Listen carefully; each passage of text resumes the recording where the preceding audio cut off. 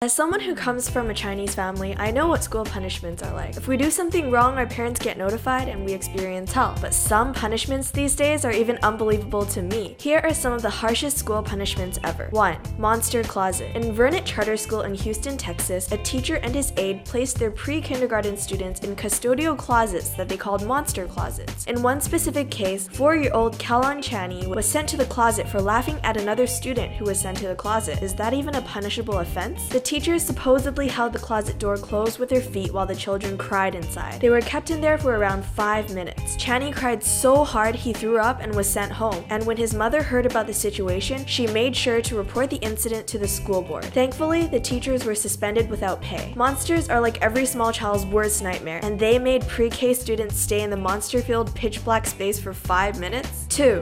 Therapy bag. Christopher Baker, a 9-year-old autistic 4th grade student from Mercer County Intermediate School, was stuffed into a duffel bag with the drawstrings pulled tight for misbehaving in class. The bag was known as the therapy bag. According to Christopher's mother, he was screaming and wiggling in the bag and thrown in the hallway for about 20 minutes without any regard for his autism and special needs. There was no way he could open the bag on his own either. The incident resulted in a start of an online petition which has been signed by thousands of people in order to fire the teachers involved. 3. Holding hands. In Westwood High, Arizona, 2 students were punished for fighting by being forced to hold hands for an hour in the middle of the campus. A 14-year-old named Charles Crockett and a sophomore known only as Julio got into a fight in PE class, and their high school principal, Tim Richards, gave them 2 choices. 1. Be suspended, or 2. Hold hands. Both students chose the less serious but more embarrassing option and sat with locked palms for over an hour in front of all their classmates. The principal's actions are now facing criticism. Kids were laughing at them and calling them names, asking, "Are you gay?" 4. Lunch on the floor. In 2008, a vice principal at a school in New Jersey became angered at a student spilling water on the floor. As a punishment, she forced 16 5th grade students, including some that weren't even there at the time of the incident, to eat their lunches off of the cafeteria floor for the next 10 days. Parents of 7 out of the 10 students sued the school for this cruel and unusual retribution and won a settlement of $500,000. 5.